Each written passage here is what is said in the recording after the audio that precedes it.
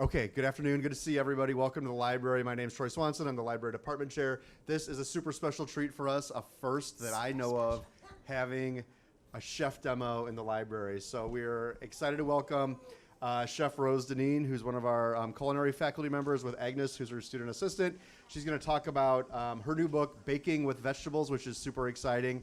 There'll be copies for sale, and talk about her process and her work. So with that, Have some samples. And pass out samples, yes. So thank you for being here. Thank you all. Thank you. Thank you for coming. Like you said, I am the baking and pastry instructor over in culinary. Agnes is one of my students, good students. In fact, she's got to fill out the scholarship application when she gets back. So such a good student. So thank you for helping. For those of you who don't know me, I went to school for journalism. I was going to be a newspaper writer. And at age 30, I thought, nope, I'm going to go be a pastry chef. So went to culinary school and started working as a pastry chef and started teaching part-time at Triton at Harper College. And then I started here part-time in 2010. And then 2011, I got a full-time job here. So obviously been here ever since. How many of you collect cookbooks? Like I do. Oh. I had about 200. Anyone can top that? No. Can anyone top 200? Okay. Agnes, how many do you have? 20. 20? Okay. But when I became a pastry chef, I kind of became obsessed. And so I would go to the library. Remember the library had, you'd have to look it up and go find the book, and I'd take it home, and I couldn't get enough recipes. And so I just kind of became this cookbook kind of savant, where it's wow, that was great design. Oh, wow, it was easy to read those recipes and got a lot of ideas, and never was in my radar, though, to write a cookbook. I don't know why, considering what I'd done. But 2 years ago, I said, well, I have great recipes for carrot cake and cornbread, and everyone's eating a lot more vegetables. Would you guys agree? Do you feel like you're eating more vegetables these days? Why do you think that is? But, I'm sorry, what? But they've always been there. But now you can buy them like this, right? Now you can buy them what we call convenience, right? You don't have to do all chopped up, ready to put in the microwave or whatever. And cauliflower's everywhere, yeah? Pizza crust, everywhere. Everyone's on this cauliflower. You can make mashed potatoes with cauliflower. So I started thinking, could I do a whole cookbook with vegetables? And start with my carrot cake. My carrot cake was my first cake I ever made as a teenager. My dad, every birthday, he had to have a carrot cake. No icing, just a carrot cake. So, but could I do a whole book wrapped around vegetables and bake with it? And yeast breads, not just sweet things. And so I took holiday break, that must have been 2017 to 2018, and I just started whipping a bunch of, things, and I think I have a book here. So sure enough, I found a publisher, and there's 51 recipes in this book. All of them are so easy to make. You don't have to go to Amazon to order anything. You can go to Jewel, Target, Meijer for all the ingredients, and some are very fast and convenient. Some take a little longer. But Agnes, you did try a few things, right? Yeah. I would bring in items right into class, yeah. Right? Do you remember all that stuff I'd bring? I'd go, okay, here I have something to try. Do you remember? Yeah, all of them. The one was mushroom rye bread. Yeah. Has anyone ever had mushroom bread? Right? I've never seen mushroom bread, so I'm doing my research. I was like, why don't people make mushroom bread? Is there a reason? So I'm doing the research, and it said something about mushrooms and yeast don't like each other, and I'm like, oh, okay, well, let me just try one. So I threw one together, took some mushrooms, sauteed them, chopped them up, threw them into a bread. Oh, this is pretty good. And I bring it, and the one day Chef Jeannie goes, it reminds me of cream of mushroom soup. You guys, okay, so, well, I said, can I put a can of cream of mushroom soup in the bread and make it creamy? And sure enough, it worked. So the mushroom bread probably took me 7, 8 times of making it over and over till I got the right formulation. And just amazing. So the book is full of a lot of really, hopefully, interesting recipes. I do have some samples of things for you today. Let's talk about the first one. How many of you like beets? Do you sit there and roast them? How do you cook them?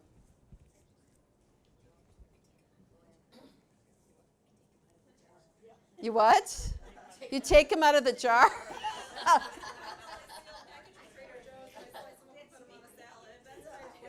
And actually, that's what I ended up using, because I'd like, okay, so they have packages of pre-made. They're in sealed packages. They're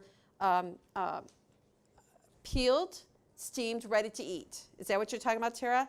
And so I thought, okay, let me try pureeing it. So I find recipes all over. Chocolate beet this, chocolate beet that. I'm like, can I make like a banana bread? Can I make a bread with beet puree instead of banana puree something?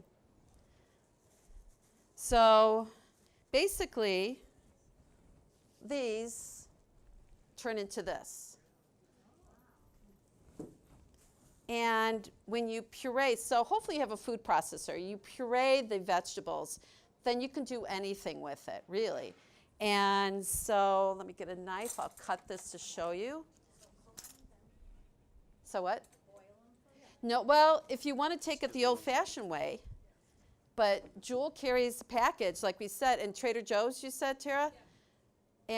And usually organic, and they're already peeled, steamed, ready to eat. So like she said, she just slices and put on salad. So I throw them in the puree. I put them in the blender, food processor, and then I have a puree, and then I can use it like I would a banana puree to make a bread.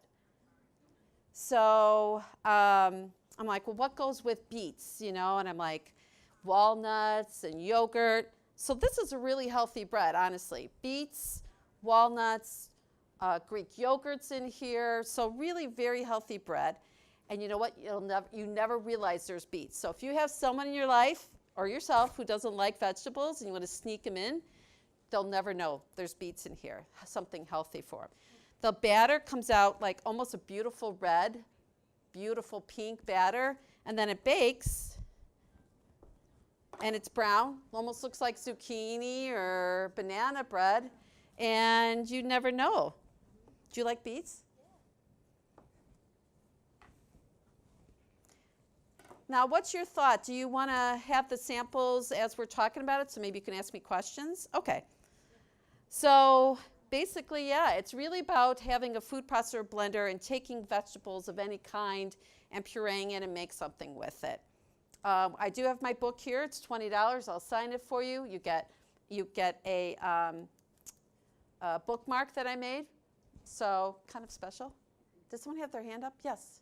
When you bag the beets, do you bag them with the stems on like that? Are they better? No, I would not want to go through all this process, right? So that's why I buy those ready to eat, ready to use beets. Because I buy just a solid beet and then I boil them. You could do that. You can absolutely do that. But I tried to find them in jars. But in jars, they're all like in vinegar, salt. I really couldn't. I was trying to look for a convenient way. But so when I was in produce and I saw the package of steamed, ready to eat, peel beets, I'm like, oh, that's easy. So, and I have that all in the book in the front. I talk about how to use the vegetable, where to buy it, how to do that. So go ahead and bring a tray around and let them try the, so yeah, the beet bread's right on top. And then if you want to wait on the other ones, we can talk about it. But I want to see what you think. In the book, I put an icing on. Oh, Matt's here. I really wish Glenn Carpenter could be here today because, no, Glenn did all the photos. Oh, I know. So Glenn did all the photos for the book. So it was a lot of fun doing the photos with him. So yeah, walnuts and the beets and ginger. Ginger's good for you. So just don't tell anyone. Go, shh. It's a healthy bread, really. It's very healthy for you. So I hope you like it. But it's amazing this kind of rough-looking vegetable turns into this beautiful bread. Well, take the whole cup. There you go.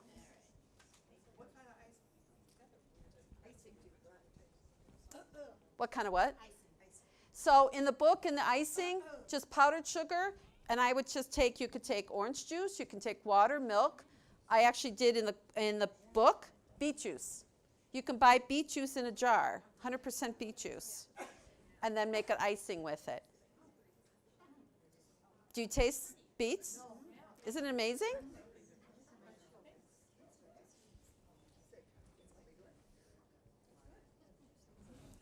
So same with the cookie you're going to eat today. How many of you eat butternut squash? Okay. Do you buy it like this? It's hard to get through though, right? Hard to get a knife through it, to roast it and everything. You go into the store, right? Convenience items and produce. Here they have butternut squash rotini. Jewel? Yeah. By all the produce, they'll have specialty. They have sweet potato fettuccine. They had butternut squash. Yeah, they look like fries, right? Also, when I did the book, they had spirals. Do you know how they're doing all those zucchini spirals? But they're not selling it. They used to sell butternut squash spirals, but maybe in the fall they will. Okay. So for the cookie and the recipe I gave you, I used these processed into very small pieces, which are called rice pieces. Put them into a cookie. Again, you could put walnuts in it. I put cranberries in it. I took a basic oatmeal cookie, right? So when you're developing a new, anyone feel like they've ever written a recipe? Anybody? Have you, Tara? I feel like we change things a little bit, and you feel like you're kind of plagiarizing, but change it up, move it along, add different flavor. Well, recipes cannot be trademarked. There's a reason, because there's just, everybody's got, okay? But so as I'm developing these, just like this was banana bread, right? So then I change out the beet, for the bananas. The same with these oatmeal cookies. I'm like, could I put in these little pieces of butternut squash, and how would they bake, and how would it taste? And I put some cranberries. So please try the cookie. There's oatmeal in here. Dried cranberries, little pieces of butternut squash. And again, you could tell your kids, oh, they're carrots, but I don't feel like you can taste the squash. Did you not get one? She didn't get one. Very soft cookie, right? Do you taste the squash? Again, hiding that little bit of vegetable in there. So it was a lot of fun, to try and come up with something new. Of course, carrots, we all hear carrot cake. Sweet potatoes. If you don't want to roast the sweet potatoes, what can you do? Right? You buy the canned yams. Is yams the same as the sweet potato? They're different. Botanically, they're different.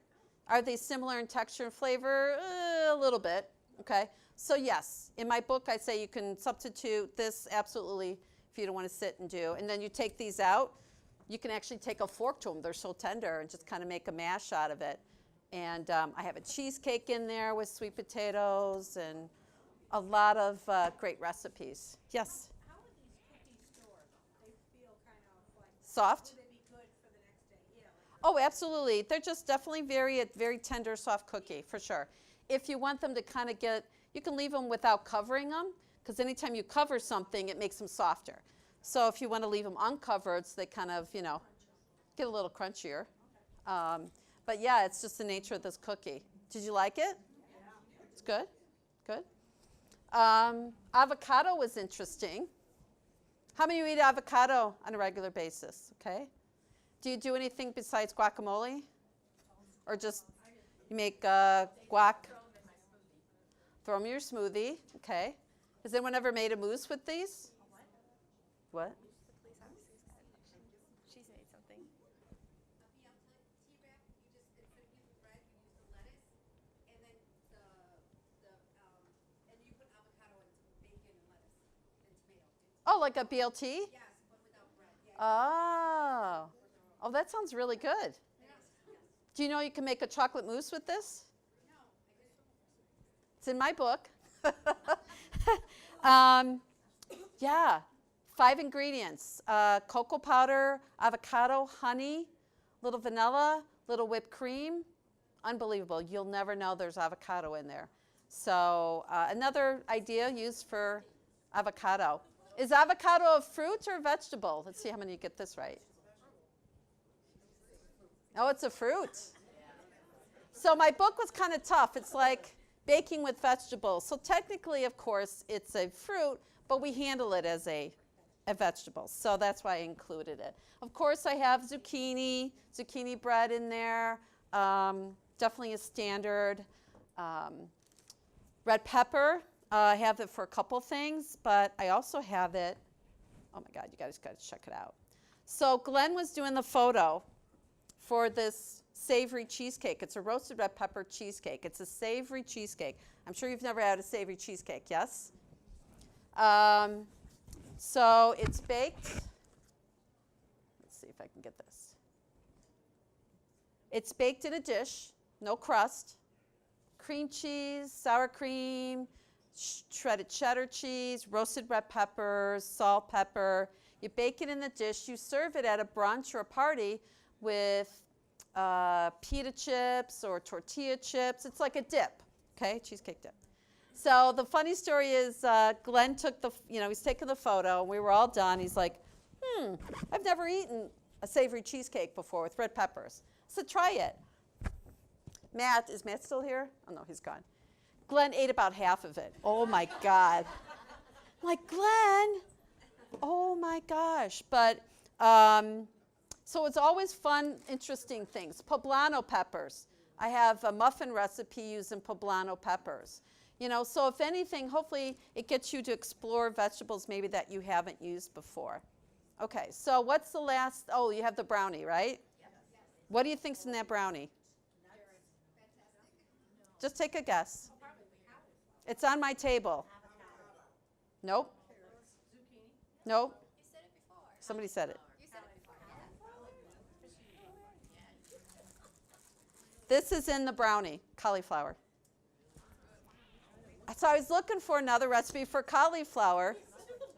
So there's a book called The Flavor Bible, and if you go in there, it tells you combinations. So if you make cauliflower, what kind of herb, what kind of spice, what goes with it. And I'm reading through cauliflower, and it says cocoa. I said, get out. Cauliflower and cocoa. It says, if you take cauliflower, this bag of rice cauliflower, and caramelize it, brown it till it's nice and brown, what it does, it brings natural sugars out, gets rid of that astringency that you taste, makes it sweet. So I just kind of took a basic brownie, threw this in, brought it into class, and they're like, I don't know what's in there. Did you try it? Tastes like a brownie. But you sneaked in vegetables, right? So it's like, yay! It's like, oh, I got them to eat vegetables, and they don't even know. So what's in honey caramel in here? It's cocoa. Cocoa, cauliflower, sugar. Did I say butter? Let me think. Butter, eggs. Yeah, you have to get the book, but. Butter, cocoa. There's some semi-sweet chocolate in there. Eggs, sugar, vanilla, the caramelized cauliflower. You saute it, and in the bottom of at the recipe, it tells you how to caramelize the cauliflower. So it's olive oil, butter, and the cauliflower, and you just cook and stir it till it browns, and again, it sweetens it. It's amazing, and I was like, just shocked. I was like, and that only took me one time to do, because I mean, it worked, and I was like, that's crazy. But who ever heard cauliflower and chocolate? Isn't that crazy? Yes.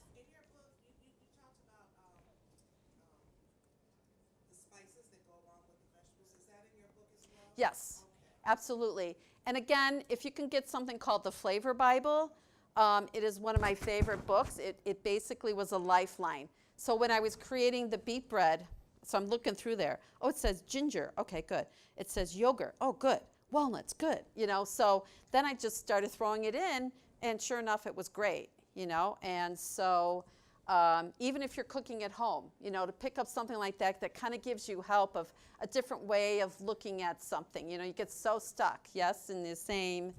But many of my recipes use canned pumpkin, use canned sweet potatoes. I'm all cool with that. I just couldn't find beets, that were like ready to go, except for the produce section. But I don't know if you've noticed in produce, like there's like everything ready for you. Zucchini in noodle shape, things already cut up. Again, this was just a lifeline. How many of you have a food processor? I'm kind of curious. Oh, quite a bit of you. Yeah. So for the cookbook, I went and bought a real expensive $500 food processor. So it works great. So I had to justify the cost, right? But you what?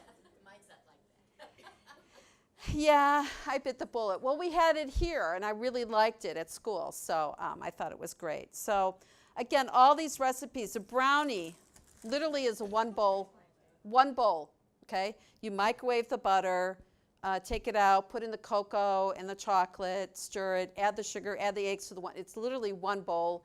Obviously, you have to caramelize the cauliflower in a separate pan. For the most part, though, one bowl in the oven. It's done in 30-some minutes, and they'll never know there's cauliflower in there. So, and after I came up with the book, then I started thinking maybe I should have another edition of and gluten and vegan, right? So if there's anybody who wants any of that. Speaking of, you just said that. The last three recipes you talked sounded gluten-free, but the others where you have wheat, do you think it could be adaptable? Absolutely. Because there's all those gluten-free, all-purpose. I made the America's Test Kitchen one, and I've been using that to bake with. So You used a what? I made America's Test Okay. gluten-free flour blends. Okay. Using that, so Yeah, and actually I took several of the recipes and tried it. Bought a just standard gluten-free, all-purpose flour mix and put it in. Great. Yeah, perfect for a lot of these. Vegan, I think, would be tougher for me, but gluten-free, yeah, there's so many options now, for sure. I have a recipe in the book with no eggs in it, so maybe, believe it or not, I had a customer come up to me once at a bakery and said, my son can't have eggs, and I was like, oh, I was like, apple pie. I was like trying to think of something we have with no eggs, but yes. Do I what? No, I do not. That's a whole nother ball game.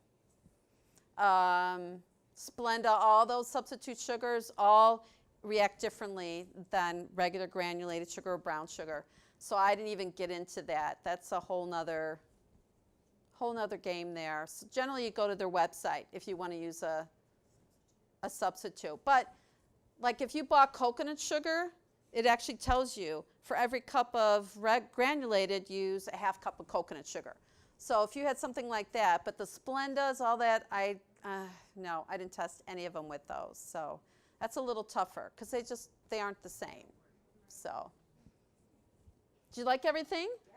Never would have known, yes? Yes. When I first ate this, I'm like, oh my God, there's no way. Because it was such a beautiful pink batter, and it goes in the oven, and then it comes out brown. I'm like, but you would never even know, right? Kids will be, don't tell them it's beets, right? So hopefully you buy the book. If you have any questions, you know where to reach me in culinary arts. We have plenty of samples, so if you'd like some more, please. I have plenty here to share. Yes?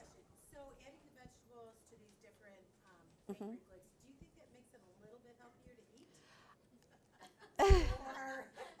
I would say, of course, right? But I didn't even get into the nutrition of it because then I'd have to hire a nutritionist, right? And put all that in the book. There's still sugar in it, but to me, this is so much healthier, right? I mean, if you can get your kids to eat this and they won't eat beets, and it's got the walnuts, good omega-3s, it's got the ginger in it. It's got some sugar. Can you cut back a little bit? Probably. Obviously sugar's in there for a reason. But I didn't think it was super sweet or anything. And don't put frosting on it then if you want to watch your sugar. But there must be extra vitamins in there. Absolutely. Because you're adding them. Absolutely. I think that's what I was getting. No, that's what I mean. So I couldn't make the statement that they're healthier, but you know that, of course, of course, it's going to help. And even like I said, even if it can get somebody to eat more vegetables, do you guys feel like you eat enough? No, I just don't eat enough. And so if I can get it through this way, yay, good. I'm happy with it. So I'd love to sign and sell you a book if you'd like. And if you buy a book, I will give you some vegetables to take home and make something. So who's the lady who bought a book? So what vegetable would you like, ma'am? What would you like? Do you want to do the cauliflower, butternut squash? Okay. Do you want just this bag then? Okay, great. Any questions from anybody? I thank you, huh? I thank you all a round for, of applause for Chef Oh, I Roasty. thank you all for coming. Thank you so much. Chef, so one question. This book Yes. is also available on Amazon, right? If Yes, people it's want on to? Amazon, but Okay. they also have one here in the library too, we think. Yes. And just as an advertisement, since I think there's some employees here or students, we have 20 or 30 different kinds of cookbooks in our collection that you're welcome to check out, all kinds of stuff. So really fantastic books. So, okay. Thank you all. Thanks for coming. Thank you. Let me, who would you like to?